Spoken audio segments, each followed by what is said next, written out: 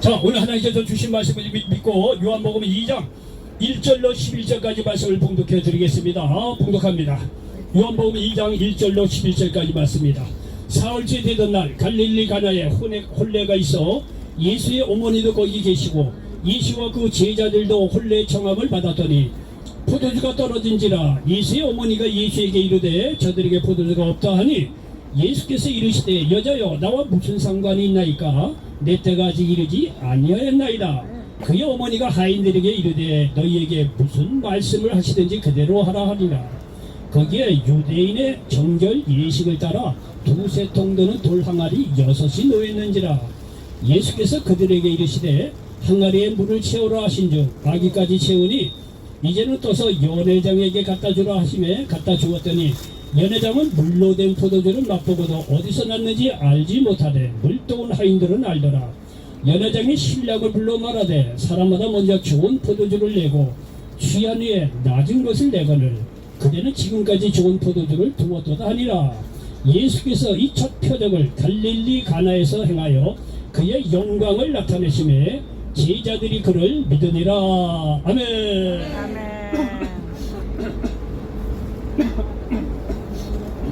자, 저는 오늘 요한복음 2장 1절로 11절 말씀을 배경으로 해서 따라서 해보시기 바랍니다. 인생은 결혼잔치다. 인생은 결혼잔치다. 인생은 뭐다? 결혼잔치. 그렇죠, 결혼잔치다. 인생은 결혼잔치다. 이런 제목으로 말씀을 전하면서 하나님의 은혜가 넘치시기를 예수님의 이름으로 간절히 축원을 드리겠습니다. 여러분 오늘 제목처럼 말이죠, 인생은 결혼잔치다. 이 기도 제목처럼 올 한 해를 정말 이 결혼 잔치와 같이 맞아 즐거운 잔치로 시작할 수 있는 저와 여러분 되시기를 바랍니다. 여러분 예수님도 말이죠, 공생일을 시작하시면서 첫 표적, 첫 기적을 바로 오늘 여기 가나의 혼인잔치 이 결혼 잔치에서 행하셨다는 사실을 기억하시기 바랍니다. 여러분 오늘 본문 내용은 뭐냐면 갈릴리 가나의 결혼식이 있었다는 겁니다. 근데 이 결혼식에 말이죠, 예수님이 초대를 받았어요.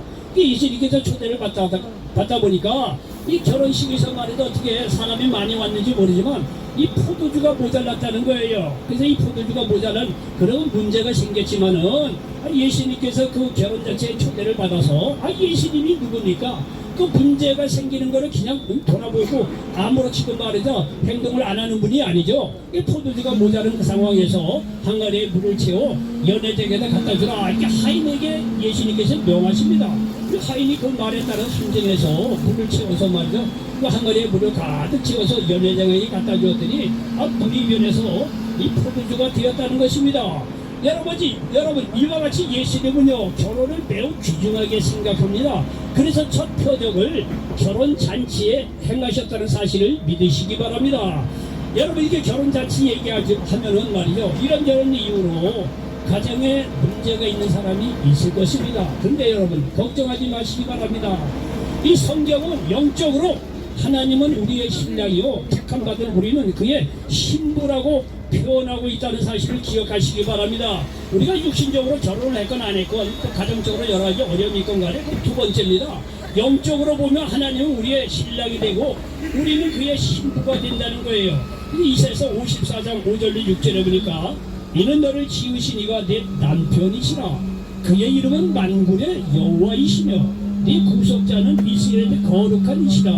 그는 온 땅의 하나님이라 일컬음 받으실 것이라. 여호와께서 너를 부르시되 마치 버림을 받아 마음에 근심하는 아내 곧 어릴 때에 아내가 되었다가 버림을 받은 자에게 한가 같이 하실 것입니다. 네 하나님께서 말씀하셨느니라 이렇게 말씀하고 있습니다. 네, 하나님의 말이죠, 우리 영적인 신랑인 것처럼 예수님도 우리의 신랑으로 오셨다는 사실을 믿으시기 바랍니다. 이 마태복음 25장 1절에 보니까 그때 천국은 마치 등을 들고 신랑을 맞으러 나간 열처녀와 같다 하니 이렇게 말씀하고 있습니다. 택함받은 백성은 말이죠, 이 신랑 대신 예수님을 맞으러 간 그러한 사람들 같다는 거예요. 그래서 예수님은 말이죠, 신랑으로 오셔서 그의 신부된 구원받은 백성들을 도우신다는 사실을 믿으시기를 바랍니다. 여러분 영적으로 예수님과 결혼한 정말 이 결혼 잔치와도 같은 우리 인생에 모자란 부분을 채우신다는 사실을 믿으시기를 바랍니다. 그런 의미에서 예수님께서 첫 표적을 결혼 잔치에서 이렇게 행하셨다는 거예요. 자, 여기 1절로 2절에 보니까 사흘째 되던 날 갈릴리 간에 혼례가 있어 예수의 어머니도 거기 계시고 예수와 그 제자들도 혼례 청함을 받았더니 말씀하고 있습니다. 이 얘기는 뭘 얘기하냐면 내 인생에 예수님을 초청하라 이런 메시지를 우리에게 주고 있다는 사실을 기억하시기 바랍니다. 예수님을 자신의 인생에 초청하면 어떠한 문제가 생겨도 걱정할 필요가 없다는 거예요. 오늘 결혼잔치 얼마나 흥겹습니까? 예?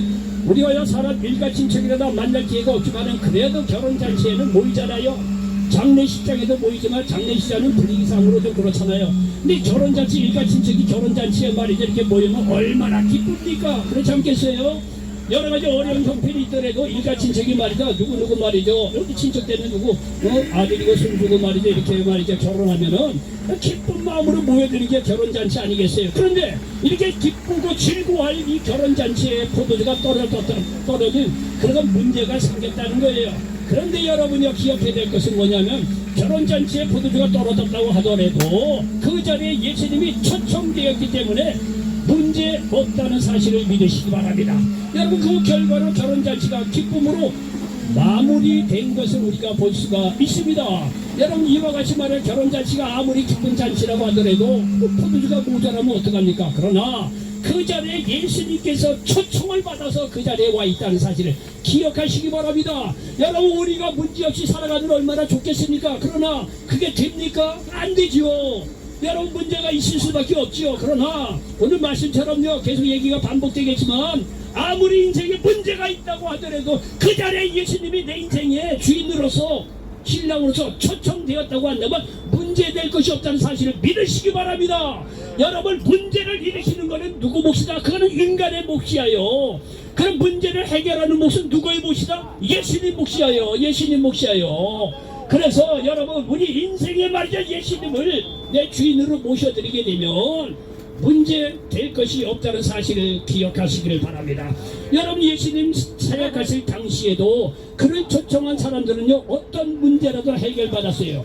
여러분 누가복음 19장에 보면요 세리장이요 부자인 이 삭개오라는 인물이 등장합니다.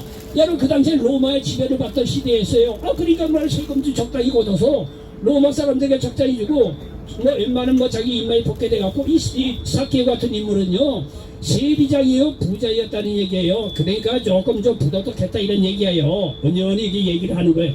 그러니까 이 삭개오가 말이야 자기 동족으로부터 따돌림을 당하고 이 죄인이라고 말이죠 무시를 당하고 그렇게 살았던 인물이에요. 그러니까 그 인생이 돈이 있을런지 모르지만 그 인생이 얼마나 외롭고 말이죠 좀 그렇겠습니까? 따돌림 당하고. 그런데 말이죠 자기가 살고 있는 마을에 예수님이 오신다는 얘기를 듣고 나무 위에 올라가서 예수님을 보려고 나무 위에 올라갔다는 거 아니에요. 키가 작아서 볼 수 없고 사람이 많으니까. 그런데 나무 위에 올라 삭개오를 보고 예수님이 말이야 딱 바라보니까 삭개오를 1대1로 만난 거예요. 이 삭개오가 말이야 그 마음이 힘이 어렵다는 걸 알고 말이죠 오늘 내 집에 유하여야 하겠다. 예수님께서 삭개오를 말이죠 이렇게 부르잖아요. 삭개오가 말이죠 예수님을 자기 가정에 초청하는 걸 보십시오. 자기 가정에 초청을 해서 복음 얘기를 듣고 나서 삭개오가 변했다는 거 아니에요. 그래서 여기 누가복음 19장 8절에 보니까 삭개오가 서서 죽기 여짜오되 주여 보시옵소서 내 소유의 절반을 가난한 자들에게 주겠사오며 만일 누구의 것을 속여 빼앗은 일이 있으면 내 갑절이나 갚겠나이다. 어느 누구도 변화시킬 수 없는 삭개오인데 삭개오가 예수님은 자기 가정에 초청을 해서 전국 복음의 얘기를 듣고 나서 이렇게 변했다는 거 아니에요. 이렇게 변화한 삭개오는 가는 곳마다 어느 곳에 가든지 사랑받는 멋있는 인생을 살아갔다는 사실을 믿으시기를 바랍니다. 아멘. 여러분 세리마태도 예수님을 자기 집으로 초청해서 그의 제자가 되었다는 사실을 기억하시기 바랍니다. 마태복음 9장 9절로 10절에 보니까 예수께서 그곳을 떠나 지나가시다가 마태라 하는 사람이 세간에 앉아있는 것을 보시고 이르시되 나를 따르라 하시니 일어나 따르니라. 예수께서 마태의 집에서 앉아 음식을 잡수실 때 많은 세리와 지인들이 와서 예수와 그의 제자들과 함께 앉았더니 이렇게 말씀하고 있습니다. 우리 마태도 말이죠 자기 집으로 예수님을 초청을 해서 말씀을 듣다가 이렇게 깊은 감명을 받고 정말 이렇게 제자가 되었다는 거예요. 여러분 로마서 7장 1절 이하에 보니까 로마 백부장 얘기가 나옵니다. 하인이 병들어 죽게 되었어요.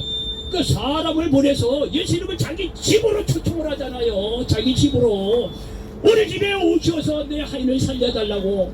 그래서 막 그 얘기를 듣고 이 예수님께서 로마의 백부장식으로 갔다는 거 아니에요. 이 로마 백부장이 생각해보니까 아우 예수님이 우리 집에 오는 건 감당하지 못합니다. 나도 뭐 내 수하에 사람이 있어서 뭐 이리 하면 이리 하고 저리 하면 저리 하는데 예수님께 우리 집에 올 필요가 뭐 있겠습니까? 말씀 한마디면은 되겠습니다. 예수님이 그 얘기를 듣고 말이죠. 로마의 백부장 집으로 가다가 중간에 로마의 백부장의 믿음을 보고 하인을 치료해줬다는 거 아니에요. 근데요, 이 예수님은 로마의 백부장 집에 가지는 않았지만 로마의 백부장은요, 예수님을 자기 집으로 초청하려고 하는 따뜻한 마음 비전이 있었다는 거 아니에요. 그래서 로마의 백부장 그 하인이 치료받은 거 아니에요. 그러니까 여러분이 어떤 문제가 있더라도 오늘 결혼잔치에 예수님의 초청을 받았듯이 여러분의 인생에 예수님을 초청하라 이거예요. 아멘. 신랑으로 초청하든지 인생의 주인으로 초청을 하든지 초청을 하라 이거예요. 문제는 인간의 몫이에요. 문제 해결은 누구 몫이다? 하나님. 누구 몫이다? 예수님. 예수님 몫이라는 사실을 기억하시기 바랍니다. 예수님을 내 인생의 주인으로 초청하라. 아멘. 어떤 부족한 부분도 채워주신다는 사실을 믿으시기 바랍니다. 시편 23편 1절에 야훼는 나의 목자시니 내게 부족함이 없으리로다. 여러분요, 이 역사적으로요 위대하게 쓰임받는 인물이나 성공한 사람들, 소위 어떤 분야든 간에 성공한 인물들의 가만히 보면 생각이 달라요. 마인드가 달라요. 실패한 사람하고 정말 달라요. 생각이 달라요. 생각이 다릅니다.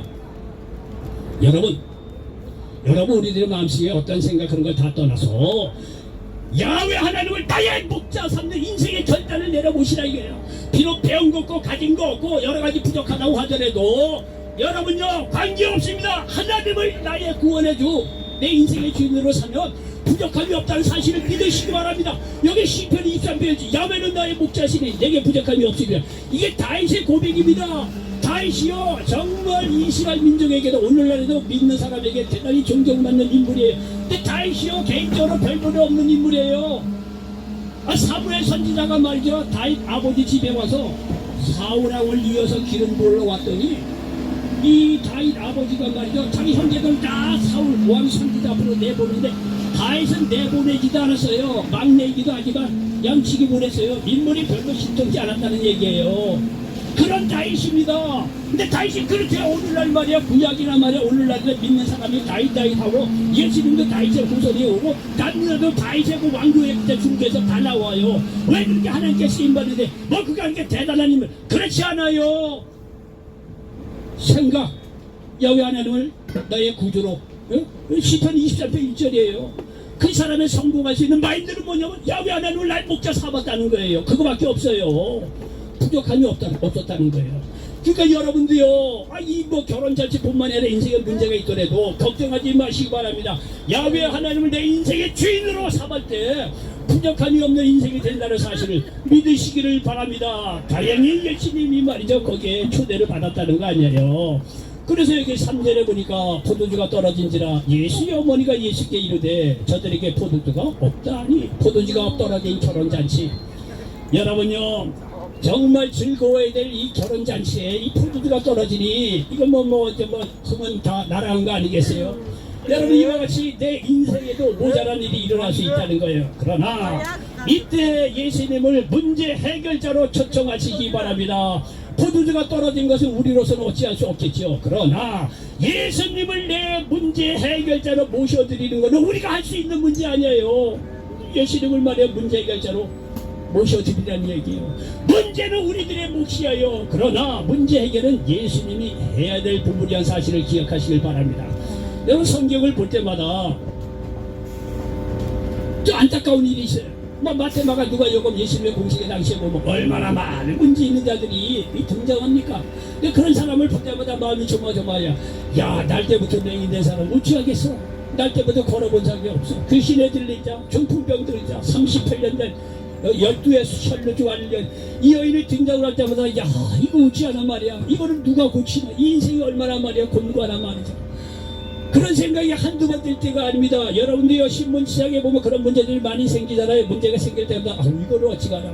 그런데 말이죠 성경을 다 읽고 나서 느끼는 마음이 뭐냐면 걱정이 없더라고요. 왜? 그렇게 많은 문제들이 말이죠 예수님을 만나고 나서 나는 네 문제 못 고쳐 드디어 알아서 이런 법이 없다는 거예요. 38년 된 12의 정병병자 괴신들 다 죽었다 사이다 지난 나서로 알 줄 없어요. 예수님이 다 만나주셔서 모든 문제를 해결해 주셨다는 사실 믿으시기 바랍니다. 여러분, 저는 그거를 깨닫고 나서 이게 문제라는 게 그렇게 대단하게 뭐 문제 때문에 걱정할 것이 없구나. 문제가 있더라도 예수님 앞에 나오면 이렇게 주님께서 다 해결해 주시는데 우리가 문제 때문에 두려워할 필요가 없구나. 이런 생각을 한두 번 가진 적이 아닙니다. 여러분들도 그렇게 생각하지 않겠습니까? 그렇지 않겠습니까? 그렇다고 한다면 반응을 보이시기 바랍니다. 아멘이라고 저 뒤에 있는 분도 저 뒤에 있는 분도 여러분들도 여러분 테레비란 말이죠. 여러분 자신의 문제를 보십시오.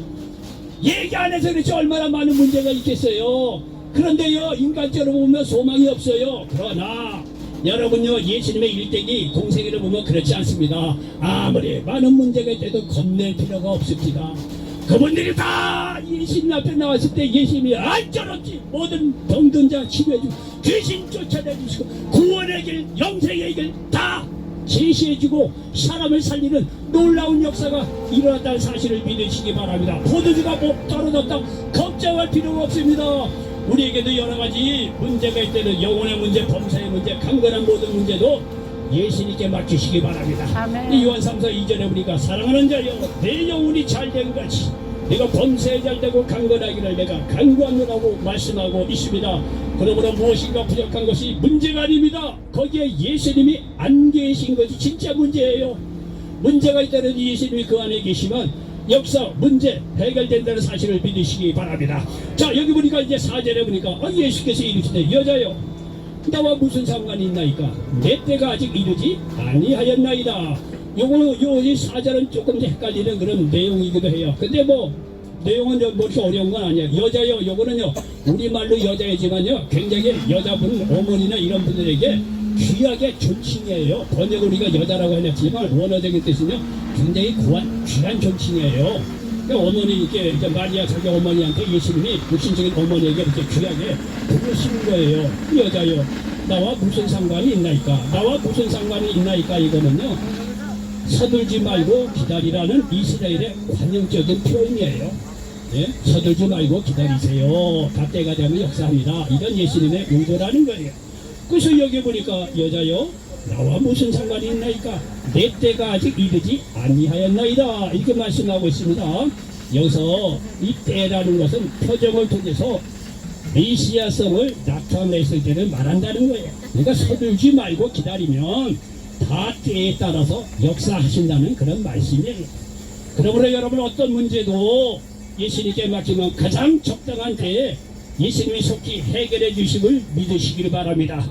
별을 심어도요 4-5개월 걸려야 추수를 하듯이 다 때가 있다는 거예요. 때가 되면 속히 이루신다는 거예요. 누가복음 18장 과부의 재판장, 과부와 그 재판장 위에서도 말이죠. 과부가 해결할 방법이 없으니까 재판장 혹은날 찾아갔다는 거 아니에요. 재판장이 결국 들어줬다는 거예요. 그러면서 예수님께서 하시는 말씀이 누가복음 18장 7절 8절이니까 하물며 하나님께서 그 밤낮 부러지는 택하신 자들의 원한을 풀어주지 아니하시겠느냐. 그들에게 오래 참으시겠느냐. 내가 너희에게 이르노니 속히 그 원한을 풀어주시리라. 그러나 인자가 올 때에 세상에서 믿음을 보겠느냐 하시니라. 여러분 믿음을 가지고 기도하고 기다리면 다 때가 되면 속히 문제가 응답된다는 사실을 믿으시기 바랍니다. 예수님께 맡기고 기다리면 때에 맞춰 속히 해결해 주신다는 그런 의미입니다. 자, 이렇게 말씀을 하시고 나니까 그 예수님께서 5절로부터 이제 8절에 중요한 얘기를 합니다. 5절로부터 8절에 하는 얘기가 뭐냐면 그의 어머니가 하인들에게 이르되 너희에게 무슨 말씀을 하시든지 그대로 하라 하니라. 거기에 유대인의 정결 예식을 따라 두세 정도는 돌랑아리 6이 놓였는지라. 예수께서 그들에게 이르시되 항아리에 물을 채우라 하신즉 아기까지 채우니 이제는 떠서 연회장에게 갖다 주라 하시매 갖다 주었더니 이렇게 말씀하고 있습니다. 이 얘기는요 예수님께서 돌랑아리에 물 채워가지고 연회장에게 갖다 주라고 하인에게 얘기했다는 거예요. 근데 이 하인이 말이죠, 하인들이 하는 이 하는 일은 뭐냐면 주인의 말에 순종해서 일하는 게 하인의 역할입니다. 근데 이 하인이 원래 결혼식장에 주인이 있었어요. 그 주인의 얘기를 들어야 되는데 예수님의 얘기를 조금 듣는 거예요. 그러니까 이 부분만큼은 문제 해결의 주인을 예수님으로 택했다는 거야. 이 하인들이요. 그 부분만큼은 문제 해결은 진짜 육신의 주인은 그 포도주 해결 못하는데 예수님은 해결할 수 있다는 것을 이 하인이 거기서 보내 영적으로 알았다는 거예요. 그러니까 말이죠. 갑자기 초대받. 이때는요 예수님이 뭐 메시아라든가 이게 공개적으로 활동하기 그렇게 공개적으로 활동한 지가 얼마 안 된대요. 막 공생애를 시작할 때예요. 예수님이 누군지 확실히 모를 때예요. 그런데도요 하인은 벌써 이 예수님에 대한 그 말에 거부할 수 없는 그 말에 순종하고 항아리에 물을 채워서 연애자에게 갖다 주었다는 거예요. 하인이. 여러분 순종이 이렇게 위대한 겁니다. 예수님 말씀에 순종하면 문제 해결뿐만이 아니라 놀라운 기적의 역사가 일어난다는 사실을 믿으시길 바랍니다. 저는요 저기 전방에서 군대 생활을 했습니다. 뭐 전방에서 군대 생활을 했으니까 뭐 아주 뭐 고생 직사하게 한 것 같고 그렇지만 뭐 고생도 했지만은 또 재미있는 일도 있었어요. 이제 제가 저는 뭐 편한 말로 따까리였어요. 대대장 우리 대대장 직령이었는데 병사한테 보직으로서 제일 좋았어요 그거. 대대장 따까리에서 뭐 커피 타오래 커피 타다 두고 뭐 사단장 들어옵니다 그러면 우리 대대장도 쫄아가지고 사단장부터 내가 그런 표정들 옆에서 다 지켜보고 하여튼 좋은 분 만나서 대대장 모시고 참 그리 저기 뭐 했는데 어느 데는요 이 우리가 공병제이기 때문에 공사 이게 많습니다. 근데 이 대대장님이 어떤 데는 그 중대장실 직전 뭐 하는 데 보고 가더라고요. 그래서 뭐 뭔 일이 있는 모르지만 저도 뭐 가시게 가게 됐어요. 근데 대대장이 또 와서 보니까 거기 중위쯤 되는 작전장자라고 있었어요. 그분이 도면을 가지고 그리더라고요. 근데 제가요 도면을 가지고 그리는 걸 몇 시간 전부터 봤어요. 근데 중이 되니까 뭐 이게 경험이 없어서 그런지 도면을 보고 이게 잘 안 되는가 봐요. 그거 깽깽대고 그러더라고요. 그러니까 하다 내리가 이제 대대장을 부른 거예요. 중령대로 대장이 대대장을 부르는 것 같더라고요. 그래서 저도 쫄라가서 어떤가 봤더니 대대장이 또 가서 이렇게 보더라고요. 그러더니 연필 하나 딱 들고 도면을 딱 그러더니 오래도 안 걸려요. 4-5분 만에 일 해가 딱 끝나더라고요. 야 이건 이렇게 하고 이건 이렇게 하면 되겠습니다. 그러니까 예, 알았습니다. 여러분요, 몇 시간 동안요, 해결 못했던 게 대대장이 와서 한두 마디가 끝내버리더라고요. 저는요, 그거는요, 아주 뭐, 물론 그런 거 흔히 있을 수 있는 경험이잖아요. 근데 저는 그때 굉장히 충격을 받았어요. 야, 이렇게 못하는 것도 경험 있는 사람이 말이죠. 와서 한두 마디 끝내버리는 거라 아주 강한 인상을 받았어요. 그러니까 지금도 기억에 남아요. 여러분이 백날 못하는 것도 예수님의 말씀 순종해서 가면 어떤 문제도 해결을 받을 수 있다는 사실을 믿으시기 바랍니다. 아멘. 여러분 저 뒤에 있는 분도 아멘 좀 하세요. 저 뒤에 안 되는 분, 저 뒤에다 한번. 여러분이 어떻게 여러분 스스로의 노력으로 구원을 받습니까? 백날 한번 해보시오. 돌을 닦는다 뭐 한다. 저는요 정말 지나친 얘기를 던집니다. 세상 종교가들 나름대로 진리를 말이야 발견하고 말이야 세상 전한 사람들 무덤에서 다 나오라 그래. 난 먹고 싶어. 당신들이 정말 의인이 되고 말이야 돌을 닦고 말이야 나름대로 진리를 갖고 말이야 살상 사람들에게 진리를 회복했는지 말이지. 난 그 사람들에게 먹고 싶어. 마음으로 가름한 데도 죄입니다. 마음으로 형제를 비교한 데도 죄예요. 어디 인간의 천하 인간의 어디 의롭게 되는 돌을 닦아서 그렇게 되는 게 없습니다. 우리 힘으로 어떻게 말이죠 의롭게 됩니까? 예수님의 말씀을 순종해서 하나님의 말이요 독생자 되신 예수님을 보내주셨는데 나의 죄를 대신해 십자가 죽으시고 부활하신 그 예수 그리스도를 믿을 때 유일한 구원의 길 하나님이 말씀하셨습니다. 그 말씀에 순종해서 믿고 나가면 구원받는 거예요. 가장 중요한 영적인 구원을 줬는데 나머지 모든 것 주님께서 해결 못한 일이 뭐가 있겠어요? 예? 여러분 은행에 예를 들어서 100억 있는 사람이 100만 원짜리 일을 뭘 못해 그거를 해고도 않지요. 가장 중요한 영혼의 문제까지 예수님께 십자가에서 해결해 주셨는데 나머지 문제 주님께서 해결 못한 일이 뭐가 있겠느냐 이거예요. 주님께 갖고 나오시다 이거예요. 예? 주님의 말씀에 순종해라 이거. 여러분 포도주가 모자란 걸 주인이 어떻게 하겠어요? 못하지. 그 자리에 예수님이 초청받아서 갔을 때 여러분 본이별에서 포도주로 바뀌어지는 놀라운 이 기적을 베풀어서 문제가 해결된 걸 보시죠. 하인들이 순종했더니 이런 일이 일어난 거예요. 하인은요 그냥 물 채워가지고 야 연예대에 갖다 줘. 그거는 겉으로 보기엔 단순한 일이에요. 단순한 일인데 단순한 일로 순종한 것밖에 없는데 나중에 보니까 물이 변해서 포도주를 만든 엄청난 역사가 일어났다는 사실을 믿으시기 바랍니다. 여러분의 단순한 순종, 여러분의 간단한 어린아이 같은 믿음의 순종을 통해서 하나님이 여러분 세계를 준 위대한 역사를 베푸신다는 사실을 믿으시기를 바랍니다. 우리가 이런 놀라운 기적과 이사가 따라다니는데 여러분 예수님 말씀에 순종 못할 이유가 어디 있겠어요? 그렇지 않겠어요? 이해가 되시면 아멘 좀 해보세요. 아멘, 아멘. 저기야, 손 들고 아멘 또. 저기야, 예. 야, 이런 얘기를 어디서 들어? 난 제가 해드려 하나님께 감사해. 내 머리를 이런 얘기 어떻게 나와? 하나님 은혜지어다. 안 그렇겠어요? 여러분의 단순한 믿음, 어린아이 아들 순종에 놀라운 기적이 일어난다는 사실을 믿으시기 바랍니다. 믿어볼 만하지 않겠어요? 순종해 볼 만하지 않겠어요? 그래서 말이죠. 여러분요, 여기 9절로 10절이면 드디어 역사가 일어나잖아요. 9절로 10절이니까 연회장 물로 된 포도주를 맛보고도 어디서 났는지 알지 못하도 물도온 하인들은 알더라. 연회장이 신랑을 불러 말하되 사람마다 먼저 좋은 포도주를 내고 취한 후에 낮은 것을 내거늘 그대는 지금까지 좋은 포도주를 두었도다 하니라. 여러분요, 옛날이야 지금이나 이 사람 남 속이는 거는 똑같은 것 같아요. 예, 여기 11절에 보지. 예? 여기 10절에 먼저 좋은 포도주를 내고 취한 후에는 낮은 것을 내거늘. 옛날에도 그랬고 오늘날도 그렇지 않아요? 오늘날에도요. 처음에는 좋은 거 여러분요, 빵이나 뭐 물건 어디 사러 가도 겉으로는 보면은 과일 같은 거 겉으로는요 아주 깨끗하고 좋은 거예요. 집에 가자고 밑에는 다 썩었어. 다 그런 건 아니지만 옛날이야 지금이야 사람 편한 게 없어요. 그런 게 좀 있다는 거예요. 어쨌든 간에 말이죠. 이렇게 말이죠. 이 결혼 자체에 포도주가 떨어져서 문제가 생겼지만 그 말씀에 순정해서 말이죠. 이렇게 갔더니 우리 변에서 포도주로 바뀌어지는 놀라운 역사가 일어났다는 사실을 믿으시기 바랍니다. 여러분 예수님을 믿으면 맛없는 인생이 맛있는 인생으로 바뀝니다. 포도주가 얼마나 맛있습니까? 물보다 낫지요. 안 그래요?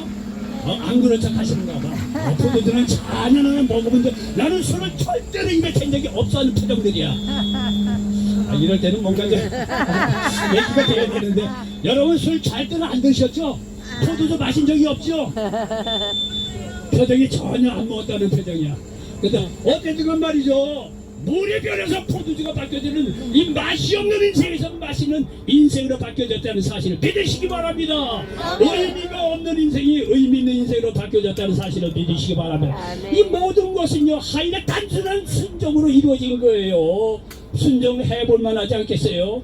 근데 이 하인은 말이죠. 순종하는 자만이 기적이 어떻게 일어난지를 알아요. 하인은 알았어요. 예수님이 물 항아리에 물 채워서 갖다 줘라. 그렇게 해서 연회장에 갖다 줬더니 이게 단순히 순종했더니 이게 물이 변해서 포도주가 되었다는 이 역사를 하인은 알았다는 거예요. 이 연회장은 몰랐다는 거예요. 순종하는 자만이 하나님의 기적의 스토리, 하나님의 기적의 역사를 알 수 있다는 사실을 믿으시기 바랍니다. 아멘. 여러분 이거를 알았다는 하인이 그 이후의 삶이 어떻게 변할까냐? 당연하죠. 예수님 쫓아다녔죠. 예, 순종하는 자만이 하나님의 역사의 스토리, 기적의 스토리를 알 수가 있고 순종하는 자만이 하나님의 비밀, 하나님의 역사하시는 그 이 스토리 비밀, 역사하심을 알 수 있다는 사실을 믿으시기 바랍니다. 아멘. 순종하시기 바랍니다. 순종하시기 바랍니다. 예. 자, 이렇게 해서 물이 포도주로 바뀌어지잖아요. 그러니까 11절에 보니까 예수께서 이 표적을 갈릴리 가나에서 행하여 그의 영광을 나타내시며 제자들이 그를 믿으니라 말씀하고 있습니다. 여러분 봅시오. 포도주가 모자란 것은 문제예요. 낭패예요. 그런데 그러한 위기를 주님께서는요 표적을 나타낼 수 있는 기회를 만들어서 예수님께도 영광 받으시고 제자들도 그 표적을 보고 믿게 되었다는 거예요. 믿게 되었다는 것. 포도주가 모자란 것이 오히려 예수님의 영광을 드러내는 그런 기회가 됐고 이를 보고 예수님의 제자들이 믿게 되는 역사가 일어났다는 거예요. 이 얘기는 뭐냐면 여러분의 문제가 문제로 끝나는 것이 아니라 택함받은 백성들 안에서 일어나는 문제는 그 문제를 주 앞에 갖고 나오면 주님께서 해결해 주세요. 주님께 영광 돌리는 일이 되죠.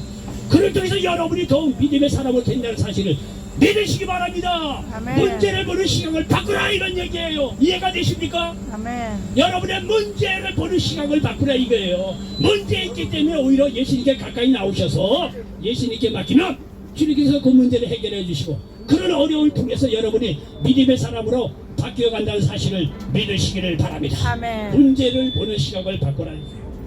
나의 문제가 예수님께는 영광이 되고 내게는 믿음을 가져오는 기회가 된다는 사실을 믿으시기 바랍니다. 결론입니다. 나의 인생에 예수님을 신랑으로 초대하시기 바랍니다. 어떤 부족한 문제라도 해결해 주신다는 사실을 믿으시기 바랍니다. 이를 통해 날마다 내 인생이 마치 결혼잔치와도 같은 기쁜 인생으로 바뀌어진다는 사실을 믿으시기 바랍니다. 이런 놀라운 인생이 되시기를 예수님의 이름으로 간절히 축원을 드리겠습니다. 아멘. 기도합니다. 조신 아버지 하나님 고맙고 감사합니다. 오늘 요한복음 2장 1절 이하의 말씀을 가지고 인생은 결혼잔치다, 이런 제목으로 말씀을 나눴습니다. 이 말씀이 이 자리에 함께하는 모든 분들에게 그대로 응하게 도와 주시옵소서. 아멘. 예수님의 이름으로 감사하며 기도하옵나이다. 아멘. 자.